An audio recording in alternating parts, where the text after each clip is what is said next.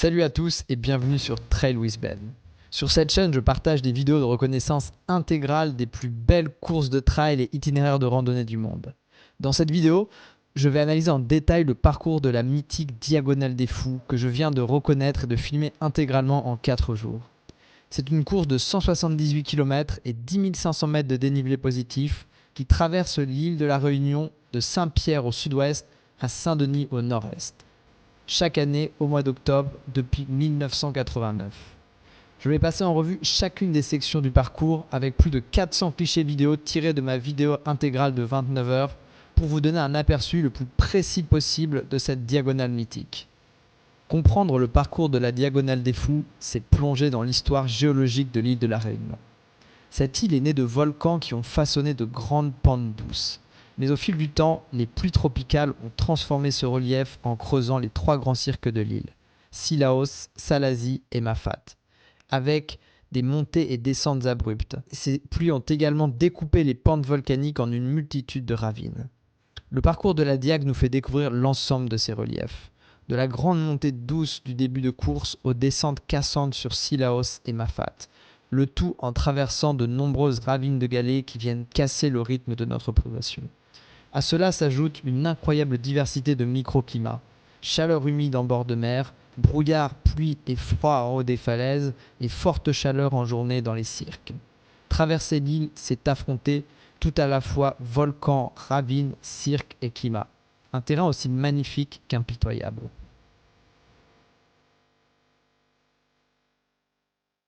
C'est parti pour l'analyse détaillée de la Diag. Donc la première section de la course relie la ville de départ de Saint-Pierre au domaine Vido et couvre 14 km avec 700 mètres de dénivelé positif et 65 mètres de dénivelé négatif. On part à 22 heures de nuit. Cette première partie est très roulante. Les 3 premiers kilomètres, c'est complètement à plat sur la route de la côte de Saint-Pierre. On passe dans les rues, il n'y a vraiment aucune difficulté. Ensuite, on commence à attaquer la pente. Donc les 11 km qui suivent, qui nous mènent jusqu'au domaine Vido, sont en montée. Mais c'est une montée très régulière avec des pentes douces entre 5 et 8%. On évolue intégralement sur route et large chemin 4x4 dans les champs de canne à sucre. Et on traverse quelques petits villages. C'est vraiment très roulant, donc il faut faire attention à ne pas partir trop vite sur ce genre de section. C'est très tentant de se laisser porter par l'ambiance et on se sent bien, on est bien reposé, on a envie de courir assez vite, mais voilà, faut voir que ça monte quand même un petit peu et que la route sera très longue ensuite. Donc là, la bonne chose à faire, c'est de se calmer ses ardeurs et vraiment y aller tranquille jusqu'au premier ravito du domaine Vido. Après le domaine Vido, on repart sur une section de 19,4 km avec 1400 mètres de D+, et 380 mètres de D- jusqu'à Notre-Dame-de-la-Paix. Donc on sort du ravito et on atterrit directement sur une partie un peu single track pendant 3 ou 4 km. Donc c'est un peu plus technique, on retrouve des marches, des petits bouts de montée-descente comme ça qui alternent. On commence à avoir un avant-goût de ce qui va nous attendre pour le reste de la course. Mais c'est pas très long, encore une fois 3-4 km et ensuite on repart à nouveau sur des grands chemins roulants type 4x4 qui montent pas très raides et de façon régulière à travers les champs et différents domaines agricoles.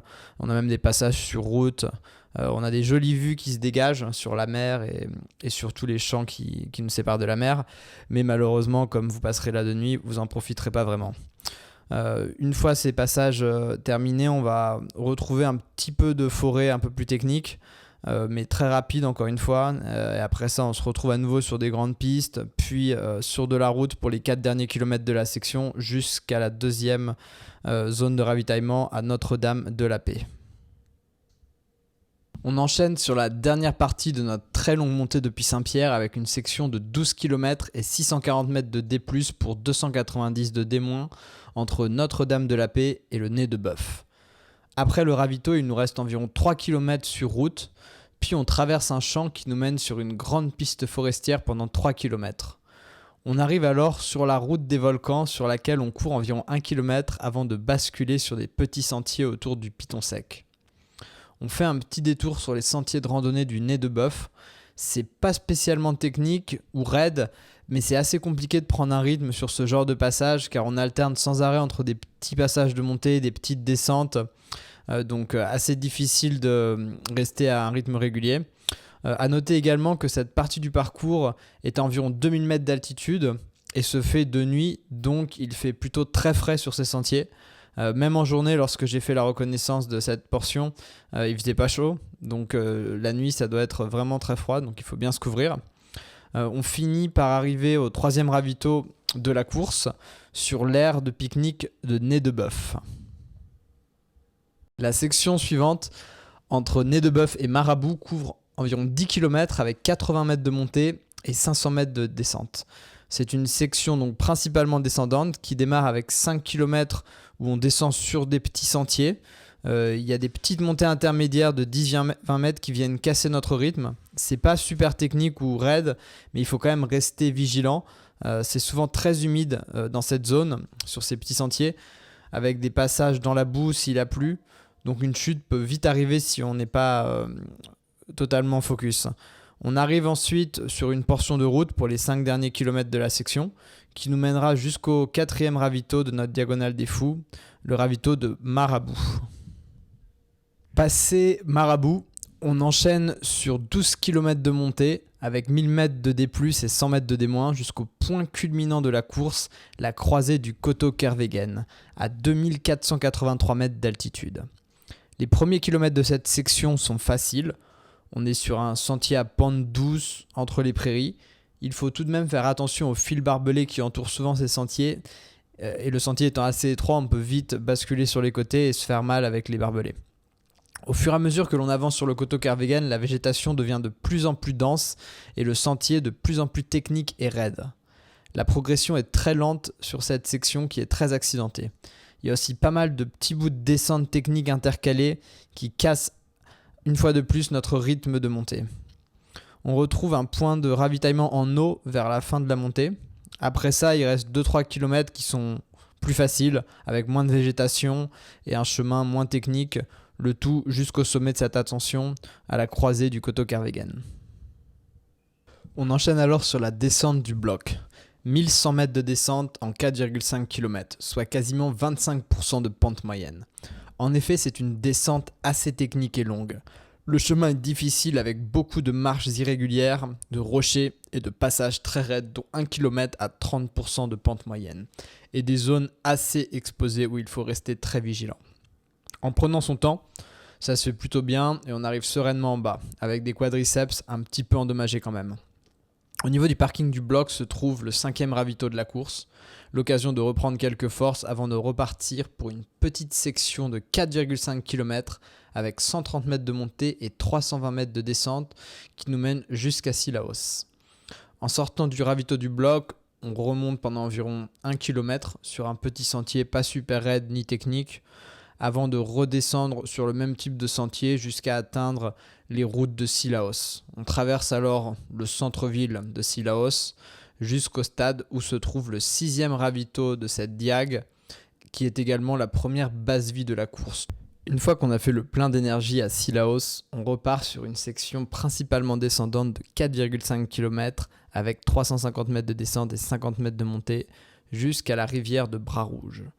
Rien de bien difficile ou notable sur cette courte section, les pentes sont douces et peu techniques, l'occasion de se préparer mentalement pour le reste de la course et aussi de passer quelques kilomètres rapidement, ce qui n'est pas souvent le cas sur ce parcours. Après la traversée de la rivière, on attaque la longue montée du col du Taibit, 7 km et 1200 mètres de D+, avec 50 mètres de D-. On commence la montée avec 1 km raide à 25%, puis un deuxième kilomètre où ça monte, ça descend sans réel gain d'altitude. Et on attaque enfin la grande montée à proprement parler, qui elle est assez raide, avec pas mal de marches, mais globalement c'est plutôt régulier, donc on peut prendre un rythme sans trop être interrompu par les changements de pente intempestifs. On a également un ravito qui se trouve à environ un tiers de la montée, où on peut faire le plein d'énergie pour les 2 tiers restants. Après un bel effort, on arrive au col du Taibit à 2081 mètres d'altitude, qui marque notre entrée dans le tant redouté cirque de Mafat. Après le passage du col du Taibit, on attaque la grande traversée du cirque de Mafat. On commence par une grande section de descente de 23,3 km au cours de laquelle on va parcourir 2440 mètres de descente pour atteindre le fond du cirque.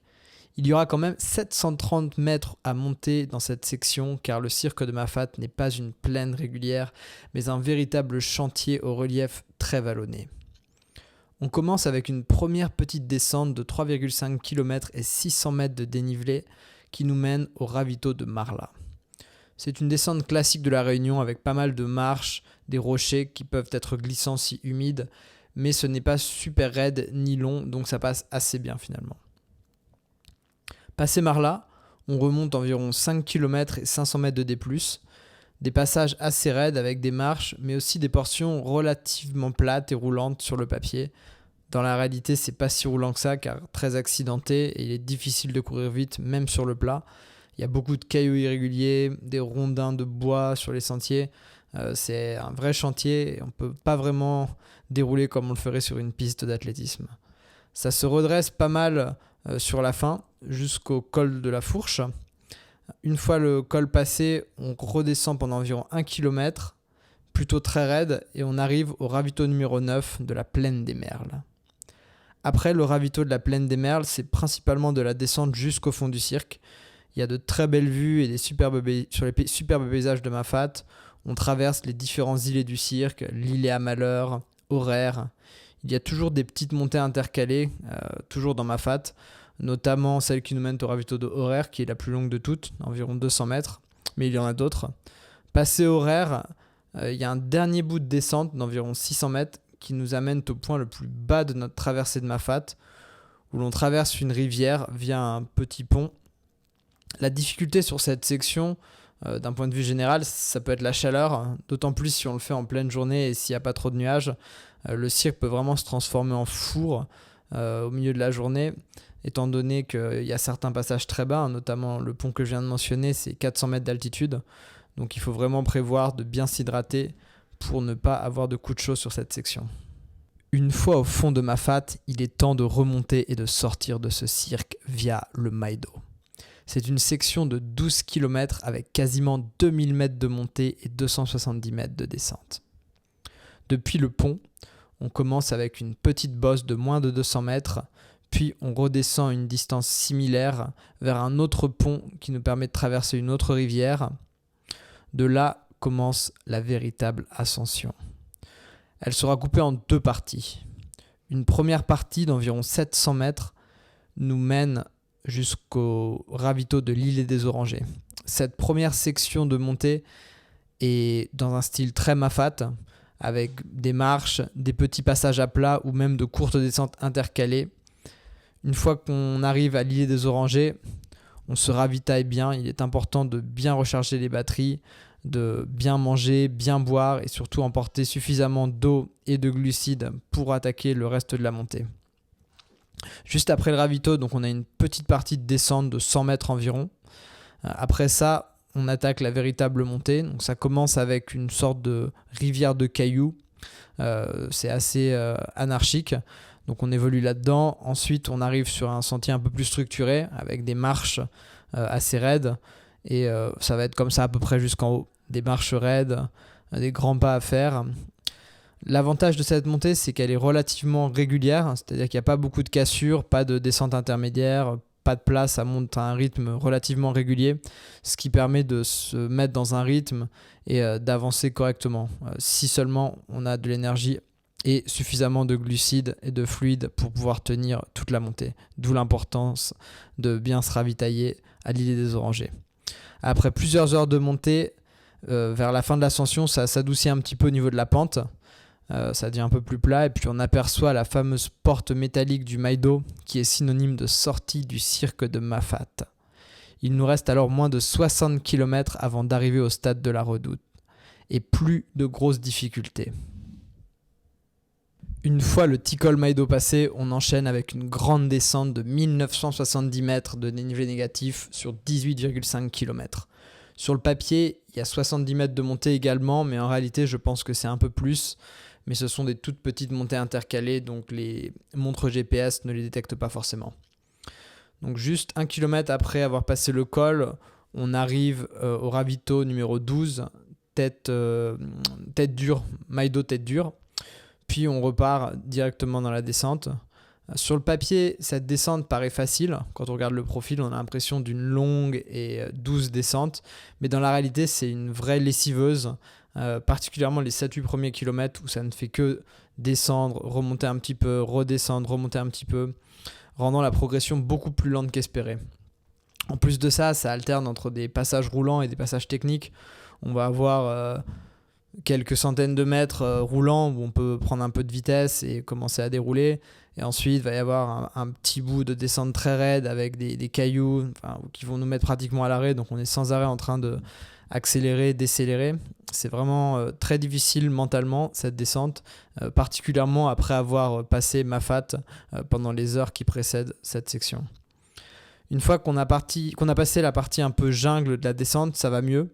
On se retrouve sur des plaines avec une pente douce et pas trop d'obstacles sur le sentier. Donc là, on peut dérouler, on peut vraiment courir.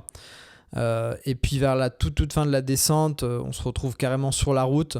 Donc là, ça permet aussi de courir un peu pendant quelques kilomètres et d'avancer un peu plus vite. Vers la toute fin, après la route, on a un tout petit bout de sentier single track à nouveau, le long de la rivière de Galets. Donc on observe la rivière sur notre droite. Et après ça, on arrive enfin au 13e ravito et deuxième base vie de notre course, l'îlet Savannah. Au ravito de l'îlet Savannah, il est important encore une fois de bien se reposer parce que c'est la dernière grosse base vie de notre course avant d'arriver à la redoute. Et on attaque donc directement après ce ravito sur une section de 15,6 km avec 800 mètres de montée et 900 mètres de descente. Donc globalement une montée, une descente. On commence par traverser la fameuse rivière de Galets, un gros champ de cailloux avec 2-3 cours d'eau à traverser. Il est possible de garder les pieds au sec si on trouve le bon itinéraire. Puis on remonte ensuite le long de la rivière, mais de l'autre côté, en direction du dos d'âne. Cette montée fait à peu près 5 km. Elle est assez régulière, on est sur des pentes de 8 à 15%. Donc on peut prendre un bon rythme de marche sans trop être interrompu par des descentes ou des choses comme ça. C'est vraiment, ça monte de façon régulière. On traverse également quelques zones résidentielles, puis des champs, un petit peu de jungle. Et voilà, une fois qu'on arrive en haut, on commence à redescendre de l'autre côté sur des sentiers assez similaires au début.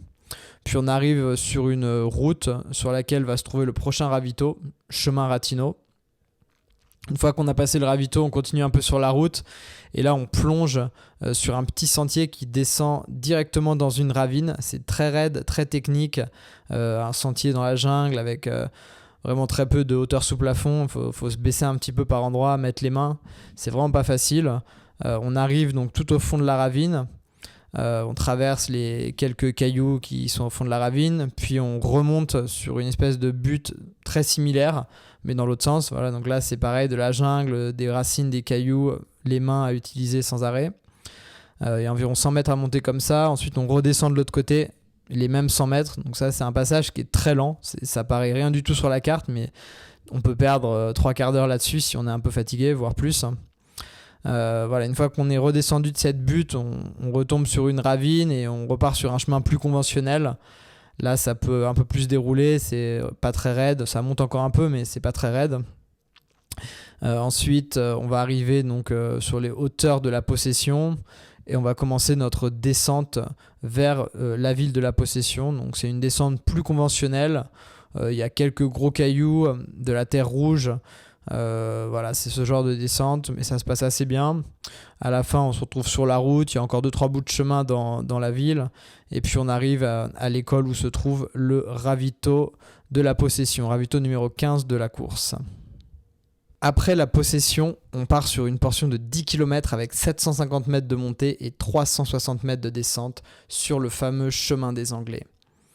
Ce chemin commence à environ 1,5 km après le ravito de la Possession. C'est un large chemin en pierre de lave qui évolue le long de la côte en haut des falaises. Les pierres sont assez irrégulières et endommagées, ce qui rend ce passage beaucoup moins roulant qu'il n'y paraît en regardant son profil. C'est également encore une section qui alterne sans arrêt entre montée et descente en raison des nombreuses ravines que le chemin traverse. Enfin, ce chemin est assez exposé au soleil, donc il peut faire très chaud en cas de beau temps si on se retrouve ici en pleine journée. Un peu de positif quand même, il y a de très belles vues sur l'océan tout au long de la section, notamment dans les descentes plongeantes sur l'océan Indien, c'est magnifique. On retrouve un ravitaillement au niveau de la ravine de la Grande Chaloupe. Après ça, on continue sur un chemin similaire, toujours le chemin des Anglais, pour quelques kilomètres avec les mêmes pierres caractéristiques. Puis ça devient de plus en plus un chemin de terre conventionnel avant de se retrouver carrément sur une route et d'attaquer la dernière montée de la course vers le Colorado. Cette section vers le Colorado fait environ 6 km avec 440 mètres de D+, et 110 mètres de D-. Une fois sorti du chemin des Anglais, on descend quelques kilomètres sur la route dans des zones résidentielles, puis on commence à remonter sur des chemins de terre rouge. Les chemins deviennent de plus en plus étroits et la végétation se densifie au cours de la montée. Il faut parfois se frayer un chemin avec les mains dans les fougères. Vers le sommet du Colorado, le chemin redevient plus large, puis on arrive sur des zones de pelouse qui marquent la fin de notre montée. On retrouve ici notre dernier ravito de la course. On fait le plein une dernière fois, puis on attaque la redoutable descente vers la redoute. C'est une descente de 7,5 km et 700 mètres de D-. Sur le papier, 15 mètres de D+, mais c'est bien plus proche de 100 mètres, je pense, car il y a pas mal de petites remontées intermédiaires. En 2025, le sentier emprunté est différent des éditions précédentes en raison des travaux sur le sentier classique. La descente est donc un peu plus longue et emprunte le sentier de la Vigie. La première partie est roulante, sur une piste single track de VTT. On peut prendre un peu de vitesse si par miracle il nous reste quelque chose dans les quadrilles. Après ça, on alterne entre de petits bouts de route, des chemins en pavé et des sentiers bien techniques et raides. La seconde partie de la descente est clairement pas facile et demande une grande attention. Il y a également 2-3 portions où ça remonte pendant quelques minutes, la dernière chose qu'on veut à ce stade de la course. C'est assez interminable, mais on finit quand même par arriver en bas et retrouver la route, pour un dernier kilomètre avant d'entrer dans le stade mythique de la redoute, d'effectuer un demi-tour de piste et de traverser la ligne d'arrivée après 178 km et 10 500 mètres de course. On peut enfin savourer son séjour sur l'île Intense avec la fierté d'avoir fini cette course épique. Merci d'avoir regardé cette vidéo jusqu'au bout. Dites-moi en commentaire si ça vous a plu et n'hésitez pas à partager votre expérience sur cette course mythique. Dites-moi également quelle course vous aimeriez que j'analyse sur la chaîne. N'oubliez pas de vous abonner à Trail with Ben pour m'aider à créer encore plus de contenu dans ce style. Pour approfondir votre reconnaissance du parcours de la Diag, je vous invite à visionner ma vidéo intégrale de 29 heures qui couvre 100% du parcours. Je vous souhaite une excellente course pour ceux qui ont la chance de participer au Grand Raid cette année et je vous dis à très bientôt sur les sentiers ou dans une prochaine vidéo.